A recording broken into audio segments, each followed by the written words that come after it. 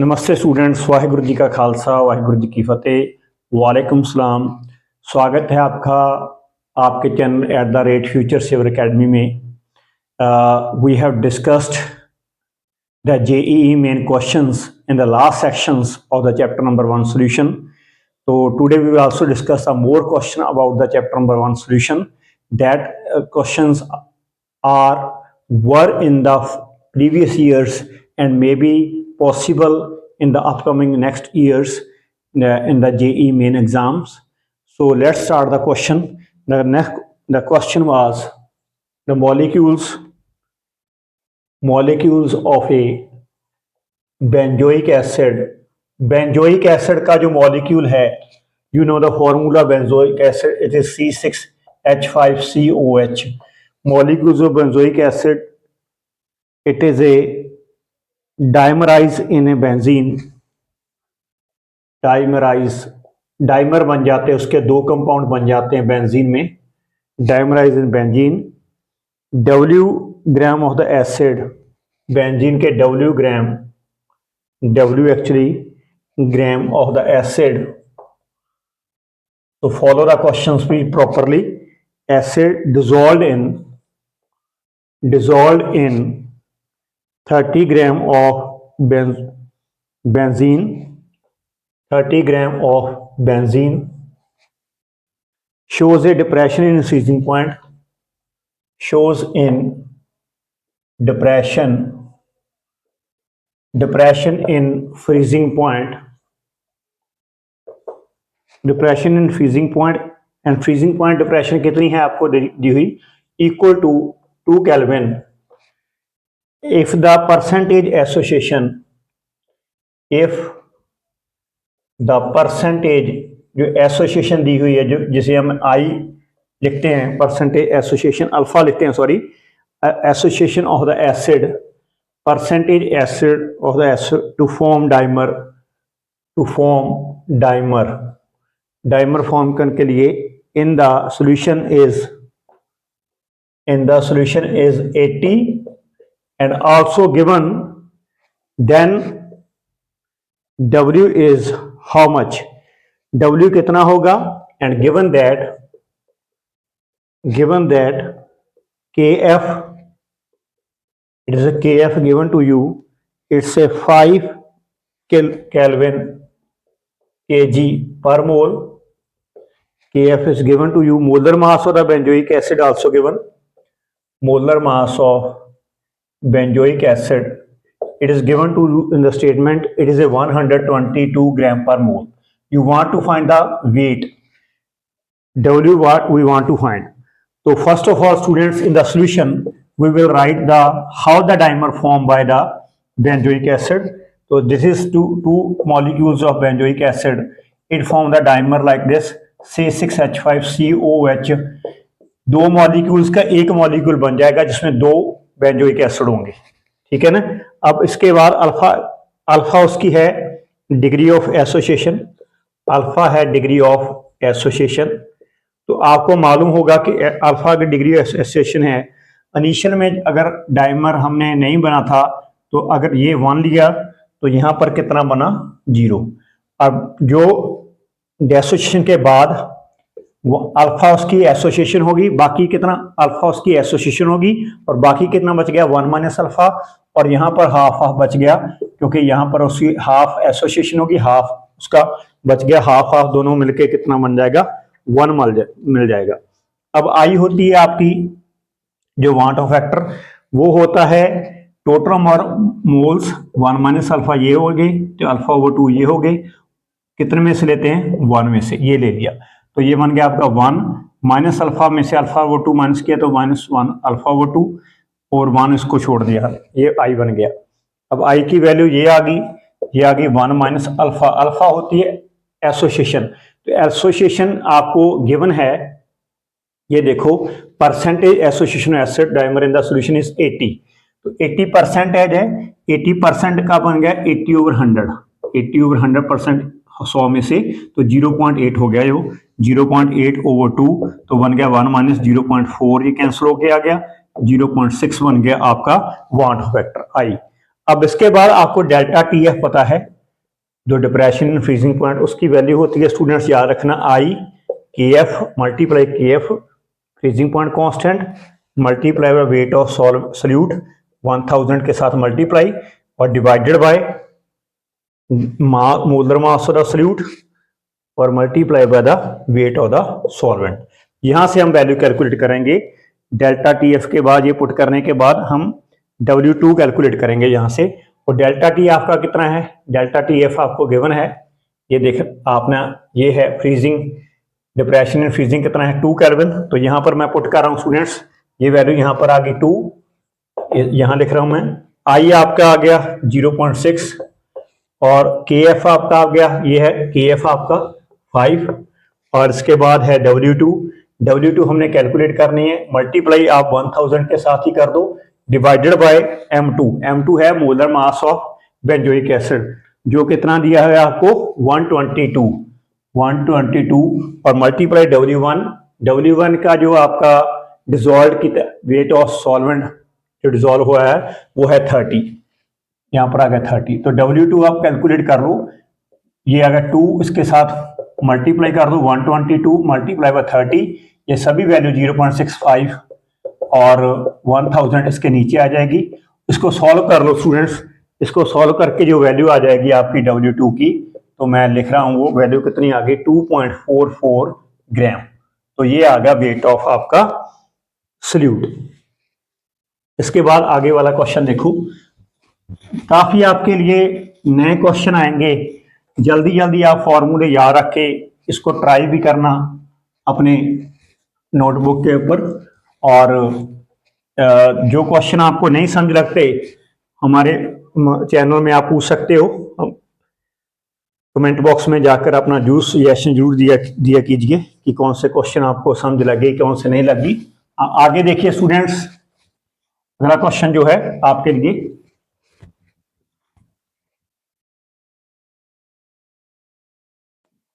ये देखना आप आगे क्वेश्चन जो है।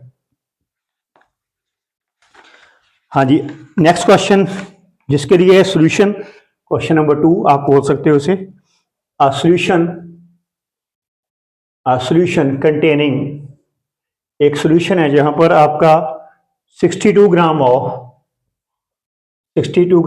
एथाइलिन ग्लाइकोल का अगर फॉर्मूला नहीं दिया तो याद रखना C2H6O2 होता है आपका एथाइलिन ग्लाइकोल का फॉर्मूला, याद रखोगे आप।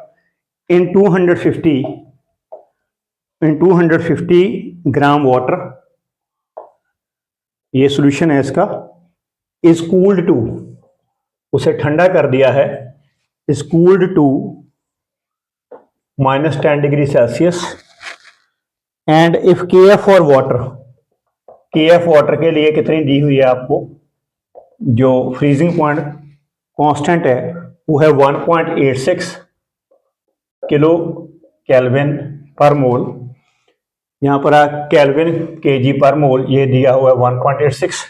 और इसके बाद क्या है, द अमाउंट ऑफ वाटर आपने कैलकुलेट करनी है। हाँ जी स्टूडेंट्स, अमाउंट ऑफ वाटर कितनी होगी इन ग्राम, सेपरेटेड एज आइस, इन ग्राम जो आइस से सेपरेट हुई है। तो इथाइलिन ग्लाइकोल ले लिया है, वाटर में कूल कर दिया उसको, जो वाटर में से आइस में से अमाउंट ऑफ वाटर कितनी कैलकुलेट करनी है हमने, वो कैलकुलेट करनी है जो आइस से सेपरेट हुई है। तो वो करने के लिए स्टूडेंट्स आपको मालूम होना चाहिए कि आपका जो सॉल्यूशन में डेल्टा टी एफ का रिलेशन है फ्रीजिंग पॉइंट का, वो यही होता है, आपको मालूम है KF मल्टीप्लाई बाय 1000, उसके बाद multiply by W2 over W1 multiply by molar mass of solute, ये होता है डेल्टा टी एफ का रिलेशन। और जो डेल्टा टी एफ है वो आपको कूल कहां से किया है, 0 डिग्री सेल्सियस से माइनस, तो चेंज कर दो आप -, डिग्री सेल्सियस, 0 से कूलिंग करने के लिए 0 degree kelvin degree Celsius temperature चाहिए, तो ये आ गया आपका 10 डिग्री सेल्सियस, ये आपका डेल्टा टी एफ आ गया। अब इसकी वैल्यू आ गई डेल्टा टी एफ की 10, KF की वैल्यू कितनी है वो पुट कर दो 1.86, 1000 एज इट इज आ गया। W2 है हमारा, W2 is a wait of the ethylene glycol which is given 62, W1 weight of the solvent, it is 250 students, molar mass of solute. तो इसका मोलर मास आपने कैलकुलेट करना है। कार्बन का 12 होता है, 2 कार्बन हो गए, 2 + 12। एक हाइड्रोजन का 6 होता है, एक होता है 6 के हो गए 6 × 1। ऑक्सीजन का 16 होता है, 2 × 16। तो इसको सॉल्व कर लो, ये आ जाएगा आपका 62। तो यहाँ पर 62 आ गया। तो ये वैल्यू आ गई इसकी टोटल वैल्यू W2, और ये सभी वैल्यू टोटल करके आपकी वैल्यू आ गई W1। आप कैलकुलेट करना है स्टूडेंट्स। W1 आपका ये मेंशन नहीं है आपको, W1 इधर ले गए आप, और 1.86 मल्टीप्लाई बाय 1000 ये हो गया ओवर 10। 62 कैंसिल, 10 जीरो के साथ ये कैंसिल, और दो जीरो मल्टीप्लाई हो रहे हैं, तो 2 जीरो मल्टीप्लाई करके पॉइंट आपका निकल जाएगा, 186 ग्राम बचेगा। अब जब अमाउंट ऑफ आइस कितनी सेपरेट होगी, अमाउंट ऑफ आइस सेपरेट कितनी होगी, जो हमारा 250 ग्राम वाटर उसमें कूल कर रहे हैं, तो 250 ग्राम में से 186 माइनस कर दो आप, ये आपकी 64 ग्राम हो जाएगी total amount of A ice जितनी सेपरेट होती है। अब इसके बाद स्टूडेंट्स आगे वाला क्वेश्चन है, मेंस के लिए बहुत क्वेश्चन इंपॉर्टेंट है आपके, सुनते रहना प्लीज, साइड बाय साइड देखते रहना। तो एक तो आपका जो डिप्रेशन फ्रीजिंग पॉइंट का रिलेशन है डेल्टा TF, बहुत इंपॉर्टेंट है, उसको याद रखना, रट्टा मार लो आप जैसे भी कर सकते हो, क्योंकि वो बार बार ये वाले क्वेश्चंस में आ रहा है। तो और एक एलिवेशन बॉइलिंग पॉइंट का डेल्टा TB का रिलेशन, वो भी इंपॉर्टेंट है, और साथ ही साथ जो आगे वाले रिलेशन होंगे वो मैं बताऊंगा कौन से आपको याद रखने हैं। अगर नेक्स्ट क्वेश्चन है आपका क्वेश्चन नंबर 3, लिक्विड्स हैं students, liquids A and B form an, liquid हैं आपके, फॉर्म एन आइडियल सॉल्यूशन, वो आपके आइडियल सॉल्यूशन बना रहे हैं, ideal solution in the entire composition range, सभी कंपोजिशन के ऊपर वो सभी कंपोजिशन के बना रहे हैं ये, एट 350 केल्विन। यहां पर 350 केल्विन पे ऊपर क्या है, the vapour pressure of pure A and pure B, the vapour pressure of pure A and pure B solvent जो होते हैं उनका कितना दिया है वेपर प्रेशर, 7 × 10⁻³ एंड दूसरा है 12 × 10⁻³ पास्कल में दिया हुआ है, प्रेशर का यूनिट होता है ये pascal respectively. The composition of the vapours in the equilibrium, तो अमाउंट जो होगी the compositions of the vapours की कंपोजिशन इन इक्विलिब्रियम में जो कांस्टेंट होता है इक्विलिब्रियम, तो जो इक्विलिब्रियम कांस्टेंट के लिए होता है with A solution containing 40 moles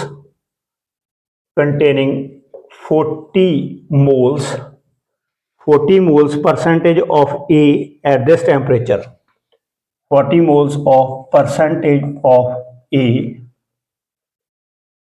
at this composition। यहाँ ये कंपोजिशन के ऊपर जो वेपर प्रेशर कंपोजिशन के इक्विलिब्रियम में होंगे, तो वहां पर हमने कंपोजिशन निकालनी है, किसकी कंपोजिशन निकालनी है, जब A की 40% आपको गिवन है, तो रेशन आपका मालूम है आपको रॉड्स लॉ के अकॉर्डिंग, PA होता है आपका PA0 मल्टीप्लाई बाय XA, ये आपका रिलेशन होता है।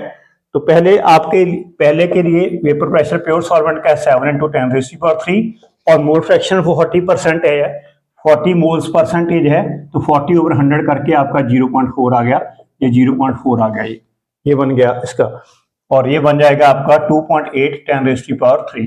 ऐसे आप PB भी कैलकुलेट कर लो, तो PB0 × X भी हो जाएगा मोल फ्रैक्शन। ये वेपर प्रेशर आपका दिया हुआ है 12 × 10⁻³ और X भी आपकी, अगर A की 0.6 है, दूसरे में से -1 में से माइनस कर दो, 0.6 आ गई दूसरे की, तो इसको सॉल्व कर दो, 7.2 × 10⁻³ आपकी वेपर प्रेशर आ गया पास्कल की फॉर्म में। अब कंपोजिशन अगर निकालनी है स्टूडेंट्स, कंपोजिशन कंपोजिशन अगर निकालनी है इन वेपर फेस में कंपोजिशन क्या होगी, तो वो होगा आपका रिलेशन कंपोजिशन का, वो होता है Y A composition P A over total, P over total उसका कंपोजिशन प्रेशर कर दो, तो पी ए कितना आ गया 2.8 इंटू 10⁻³ और टोटल कितना है, दोनों को ऐड कर दो जी, 2.8 मल्टीप्लाई बाय 3 प्लस ऐड कर दो 7.2 इंटू 10⁻³, तो ये आ गया 2.8 इंटू 10⁻³, यहाँ पर 10⁻³ डिनोमिनेटर में कॉमन आ गया, ये बच गया आपका 2.8 प्लस 7.2, ये कैंसिल हो गया 10⁻³, ये बच गया 2.8, 7.2 को 2.8 के साथ ऐड किया तो 1.2 बन गया, 1.0 सॉरी, तो ये 2.8 आ गया आपकी कंपोजिशन वाई ए की। अब ये कंपोजिशन 2.8 की फॉर्म से निकल आई हमारी, तो ये 0.28 भी बोल सकते हो आप। अगर कंपोजिशन को परसेंटेज में निकालना है तो इसको 100 के साथ मल्टीप्लाई करके ये 100 के साथ डिवाइड करके तो ये बन गया 0.28। अब वाई बी की कितनी आएगी, 1 माइनस में से कर दो 0.28, तो वहाँ पर आपका आएगा 0.72। तो ये आपकी कंपोजिशन आ गई दोनों कंपोनेंट के लिए। आगे देखो स्टूडेंट्स, ये बहुत ही इंपॉर्टेंट क्वेश्चन जेईई मेंस के जो आप 1 या 1.5 मिनट में सॉल्व कर सकते हो एग्जाम में, उसके लिए प्रैक्टिस आपको करनी पड़ेगी, पहले समझना पड़ेगा। तो सभी चैप्टर्स के हम सॉल्यूशन से शुरू लेकर सभी चैप्टर तक क्वेश्चन आपके साथ डिस्कस किए जाएंगे, तो जरूर आपको कुछ ना कुछ गेन होगा, मेरे ख्याल से बहुत ज़्यादा गेन होगा, तो इसको आपने इग्नोर नहीं करना, जरूर कुछ ना कुछ आपको मिलेगा। अब आगे ये आपका वेपर प्रेशर जो दिया हुआ है वो आगे वाला क्वेश्चन हम करते हैं। तो जिस स्टूडेंट ने अभी तक मेरा चैनल सब्सक्राइब नहीं किया है फ्यूचर सेवर अकेडमी, जरूर सब्सक्राइब कर दीजिए। तो यहाँ पर आया वेपर प्रेशर, तो ये देखो आप अपना क्वेश्चन देखते हैं अभी जल्दी। तो the vapour pressure students, vapour pressures of pure liquids, vapour pressure of pure liquids A and B, एक लिक्विड ए है दूसरा बी है, उसके वेपर प्रेशर प्योर लिक्विड के हैं 400 एंड दूसरा कितना है and 600 millimetre of mercury at 298 kelvin, 298 kelvin.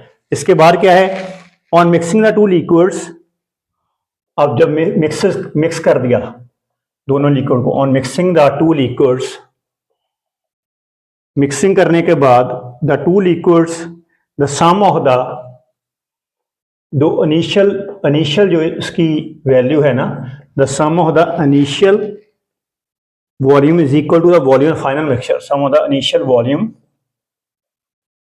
Is equal to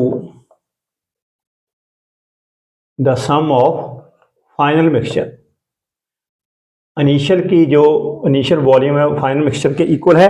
आगे क्या है, the mole fraction of liquid B की, the mole fraction of liquid B की गिवन है आपको, और लिक्विड बी इस मोल फ्रैक्शन कितनी है 0.5 इन द मिक्सचर। क्या कैलकुलेट करना है, vapour pressure of the final solution, एक तो कैलकुलेट करना है द वेपर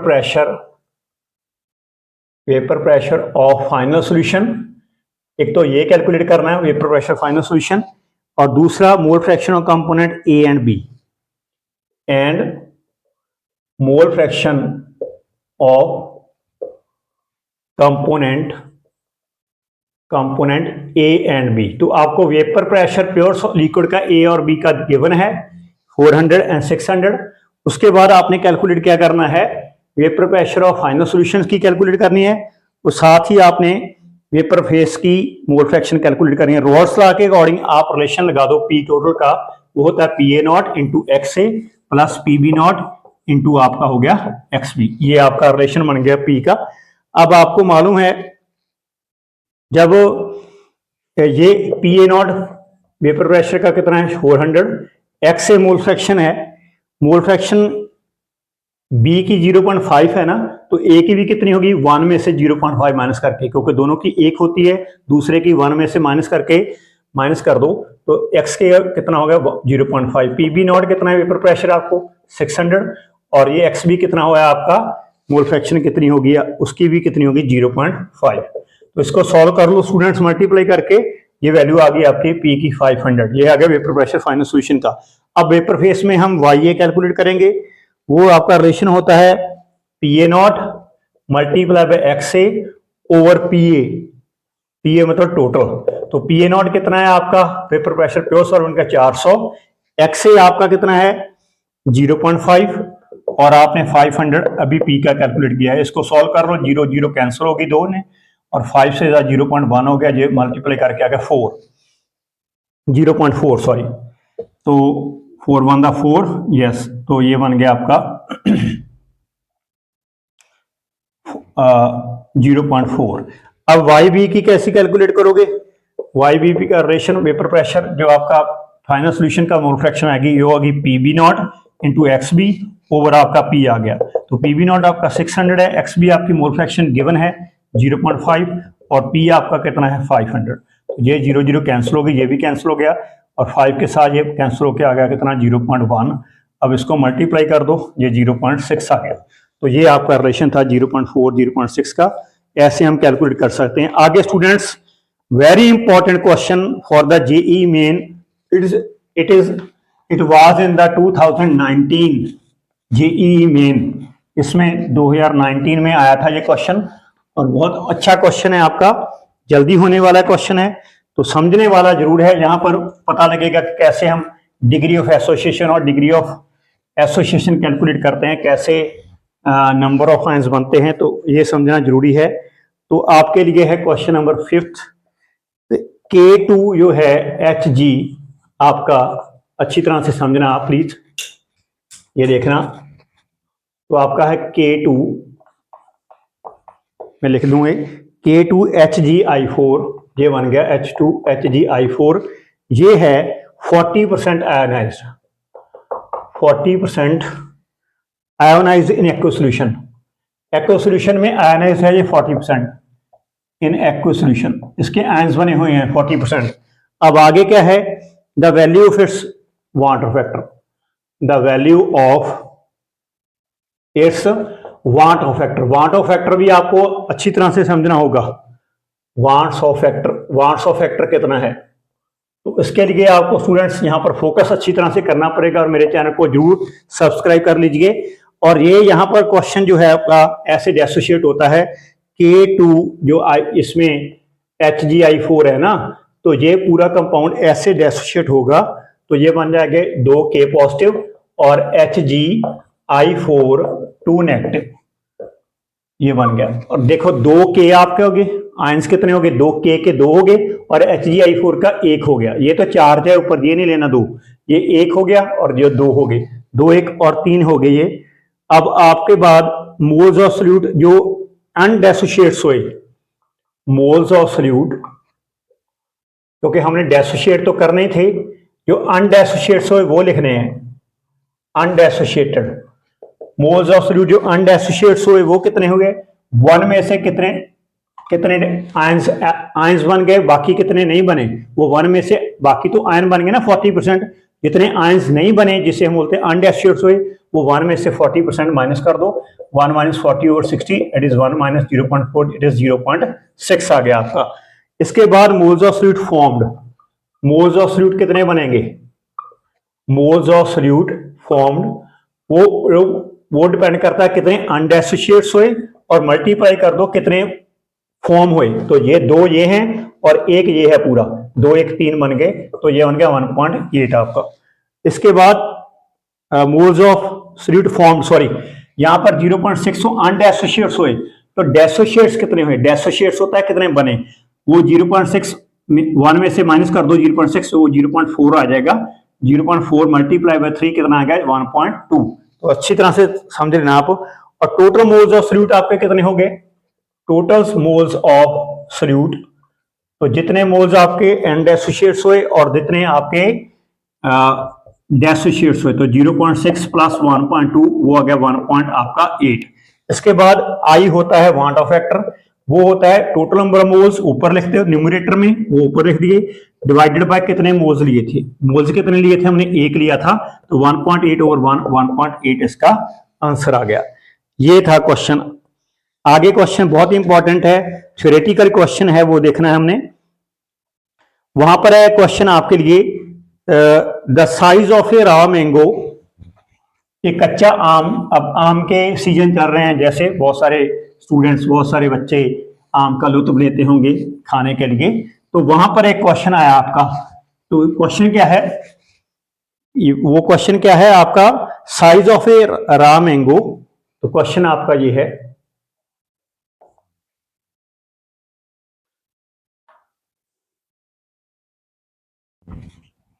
देख लो आप क्वेश्चन, मैं लिख ही देता हूं, फिर आपको अच्छी तरह से समझ लग जाएगा।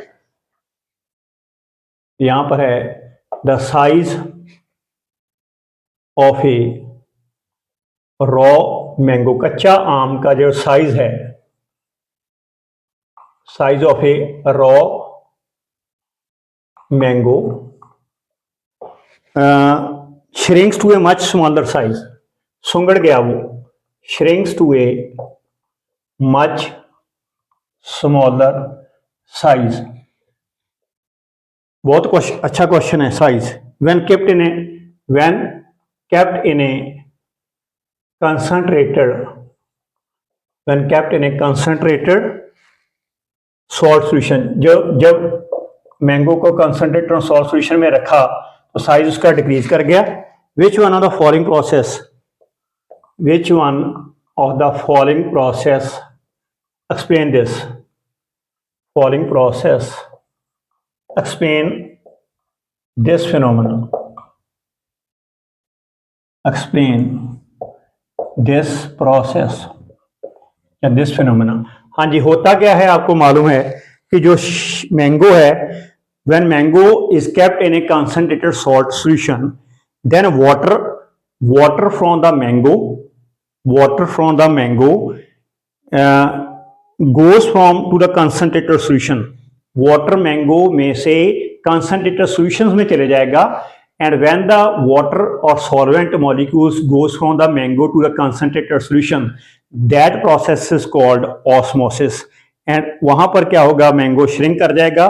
जो प्रोसेस के ये कारण क्या है प्रोसेस का, उसको हम ऑस्मोसिस प्रोसेस बोलते हैं, कि ऑस्मोसिस हमने समझा था, यही यहाँ पर फ्लो ऑफ सॉल्वेंट मॉलिक्यूल्स ही होता है, किससे, सेमी परमियल मेम्ब्रेन में, जो आम की वो साइज उसके आम की जो छिलक होगा, छिलका, वहां से सॉल्वेंट मॉलिक्यूल्स वाटर का बाहर चले जाएगा, तो वो ऑस्मोसिस प्रोसेस के जरिए ये क्वेश्चन बन जाएगा।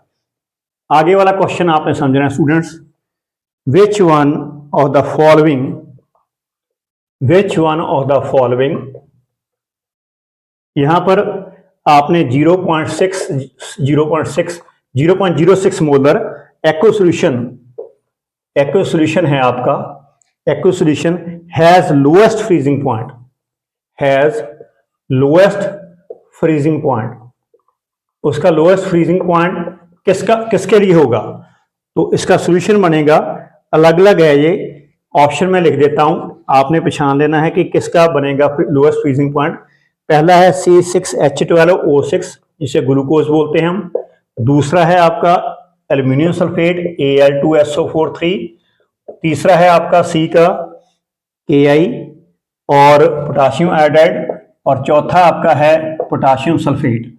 तो यहां पर किसके लिए लोएस्ट फ्रीजिंग पॉइंट होगा, आपको याद रखना है, लोएस्ट फ्रीजिंग पॉइंट के लिए जो रिलेशन है डेल्टा TF वो होता है I/KFM। तो जिसकी स्टूडेंट्स I की वैल्यू लार्जर होगी, जितनी I की वैल्यू ज्यादा होगी उतना डेल्टा TF ज्यादा होगा, और जितना डेल्टा TF ज्यादा होगा, चेंज इन फ्रीजिंग पॉइंट ज्यादा होगा, उसकी लोअर वैल्यू हो जाएगी फ्रीजिंग पॉइंट के लिए। तो I क्या होता है, want Hoff factor, want Hoff factor depend करता है नंबर ऑफ आयंस फॉर्म के ऊपर, जिसके नंबर ऑफ आयंस ज्यादा होंगे, I ज्यादा होगा, उसके डेल्टा TF बढ़ जाएगा, उसका डेल्टा TF अगर इंक्रीज हो गया तो वहां पर आपका फ्रीजिंग पॉइंट कम हो जाएगा। तो यहां पर एक ही मॉलिक्यूल है, ये एक ही है, और यहाँ पर 2 एल्युमिनियम के हैं, सल्फेट के 3 हैं, 2 + 3 कितने हो गए, 5 हो गए। यहाँ पर एक एक 2 हो गया, और यहाँ पर भी आपका एक एक ये है और सल्फेट का एक 2। तो यहाँ पर Al2SO4 ये है एल्युमिनियम सल्फेट, इसका आई ज़्यादा है तो डेल्टा TF इसका बढ़ गया, तो फ्रीजिंग पॉइंट लोएस्ट किसका होगा, ये Al।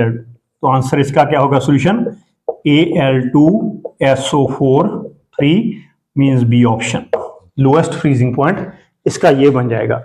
आगे वाला क्वेश्चन, हाँ जी आगे है question, the depression in freezing point, let's सी।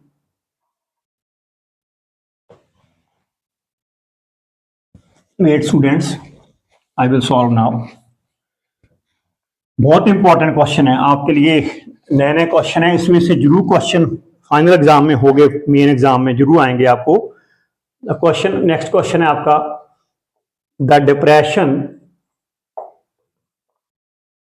यहां पर आपका depression in freezing point, depression in freezing point observed for a formic acid, observed for a formic acid,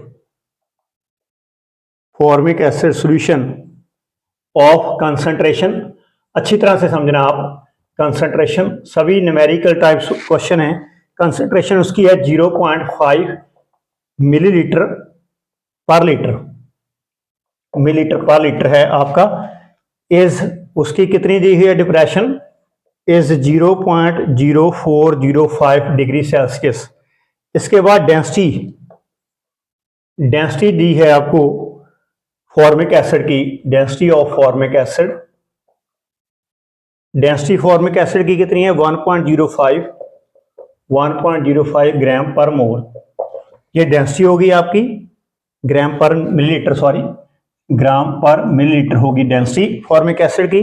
the van't Hoff factor given है आपका, nearly कितना होगा, want Hoff factor calculate करना है, आई van't Hoff factor बोलते हैं इसे।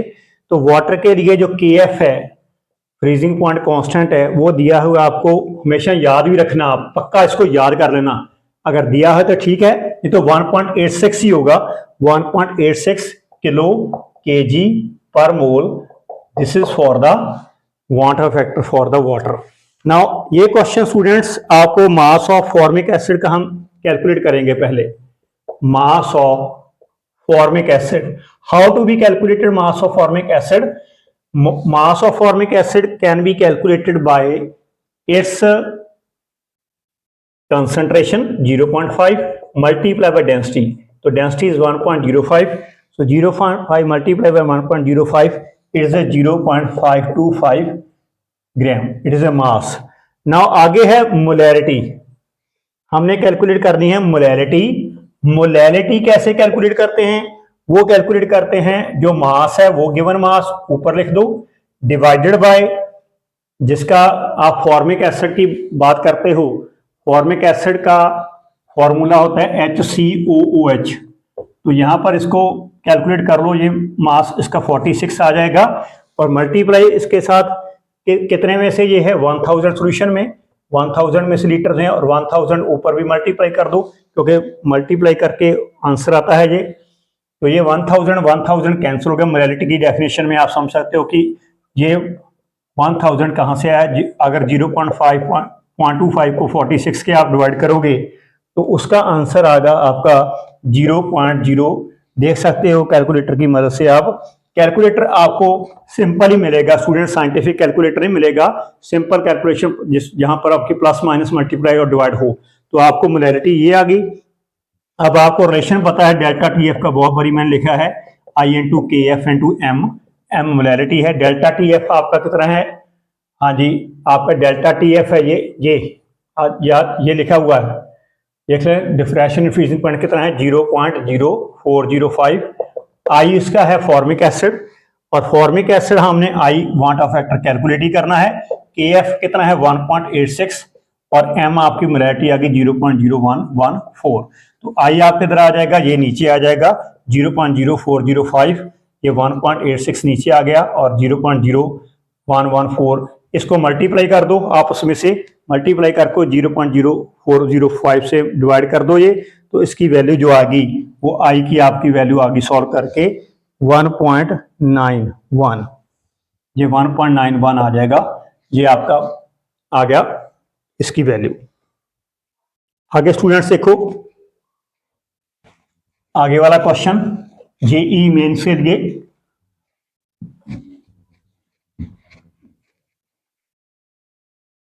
हाँ जी, तो आप जरूर समझ रहे होगे क्वेश्चंस, थोड़ा सा फोकस बना के रखना पड़ेगा, एंजॉय कीजिए। साथ ही साथ कल बेंगलुरु आरसीबी जीती है तो उसका जश्न भी आपके माइंड में चल रहा होगा, होना भी चाहिए, क्योंकि बहुत मेहनत के बाद वो टीम यहाँ पर पहुंची थी और फाइनल दूसरी बार ले गई। ऐसे ही आपको भी लेकर जाना है, मेंस लेकर फिर उससे फाइनल में पहुंचना है जेई के मेन एग्जाम में। और आपका क्वेश्चन आगे है, यहाँ पर आपको दिए हुए हैं two solutions of A and B are prepared. कैसे प्रिपेयर हैं? By dissolving 1 gram of non volatile solute, 1 gram of non volatile solute. Students, non volatile solute क्या होता है? जिसके वेपर नहीं बनते, इजीली वेपर नहीं फॉर्म होते, उसको बोलते हैं नॉन वॉलेटाइल सॉल्यूट। तो नॉन वॉलेटाइल सॉल्यूट के एक्स एंड वाई उसकी सॉल्यूशंस हैं, non volatile solution X and Y. And उसके बाद क्या है रेस्पेक्टिवली, वहां पर इन 1 kg ऑफ वाटर में वो डाले हुए हैं the ratio of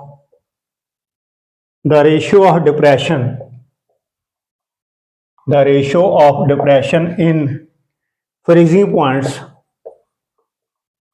the ratio of depression for the freezing points for A and B, A and B में depression is found to be जो उसकी रेशियो है ना डिप्रेशन फ्रीजिंग पॉइंट की KF की, वो K रेशियो 1 है दोनों के लिए। आपने रेशियो मोलर मास लेनी है, the ratio of molar masses of X and Y कितनी होगी?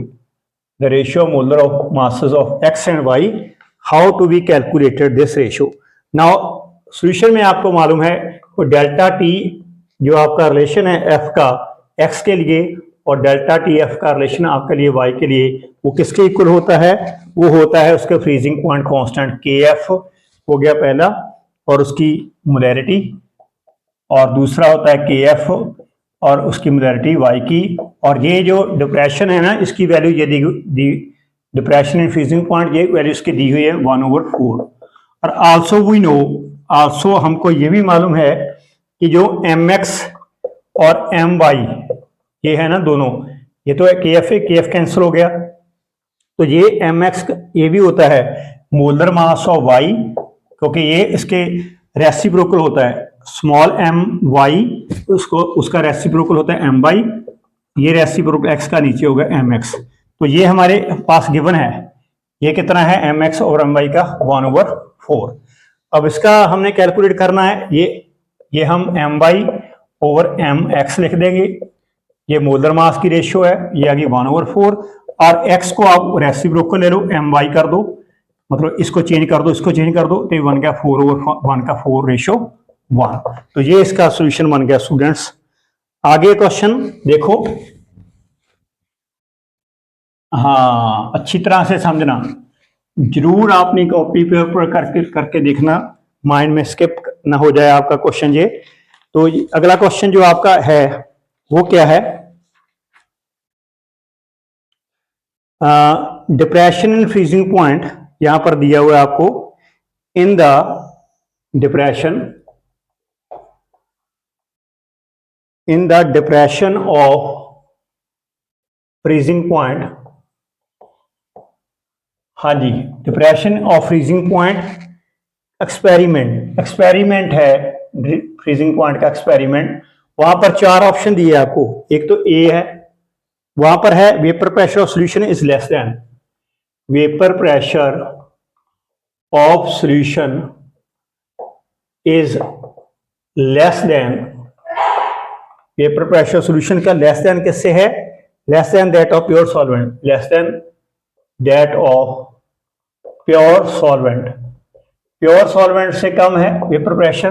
दूसरी ऑप्शन है आपको vapour pressure of solution is more than that of pure solvent, vapour pressure of solution more than that of pure solvent, उससे ज्यादा मोर है। और C option क्या है, only solute molecule solidify the freezing point, only solute molecules, मतलब अकेले solute molecules ही होते हैं जो फ्रीजिंग पॉइंट के लिए सॉलिडिफाई बनते हैं, सॉलिडिफाई द फ्रीजिंग पॉइंट, जहां सोल्यूट मॉलिक्यूल्स ही होते हैं। और लास्ट है क्या, only solvent molecules, only solvent molecules solidify वो सॉलिडिफाई होते हैं फ्रीजिंग पॉइंट के लिए। तो ये क्वेश्चन आपको दिया हुआ है, आपने से देखना है कि ऑप्शंस कौन कौन सी ठीक हैं। तो सॉल्यूशन मैं लास्ट में लिखूंगा, पहले उसके ऑप्शन देख लो आप। ऑप्शन आपको दी हुई है, number 1 A and D only, पहला है ए एंड डी ओनली, क्या कि यही ठीक है। बी आपकी ऑप्शन दी है B and C only, B and C only, ये ऑप्शन है। अब देखते हैं, आपको कंफ्यूज भी होगी थोड़ी सी, लेकिन समझ लेना अच्छी तरह से, ए एंड सी ओनली। और डी की ऑप्शन है आपकी ए एंड सी के वाले ए ओनली। तो ये कौन सी ऑप्शन है आपकी सॉल्यूशन के लिए। तो पहला 1 बाय 1 अच्छी तरह से समझना आपने। पहला है स्टूडेंट्स आपका जो आपका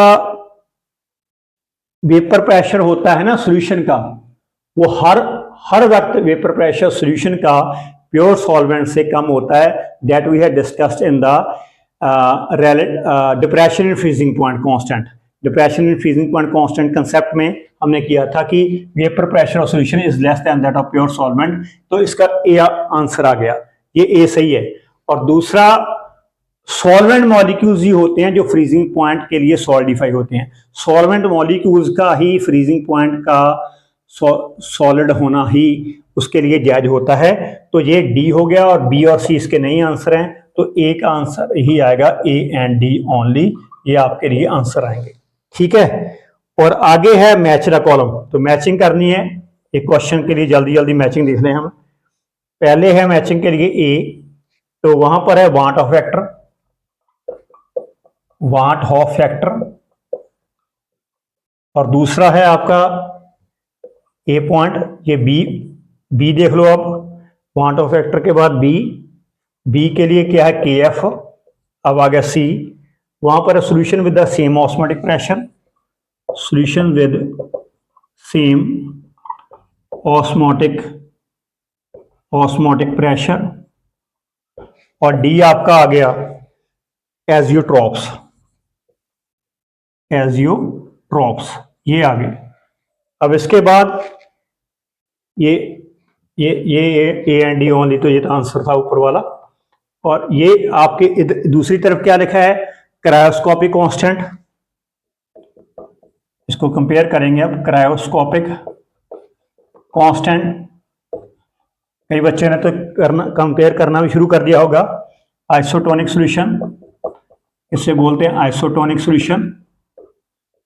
तो तीसरा है आपका normal molar mass over abnormal molar mass, normal molar mass over abnormal molar mass. और डी आपका जो लास्ट में डी आपका है, solutions with the same composition of vapour pressure, solution with the same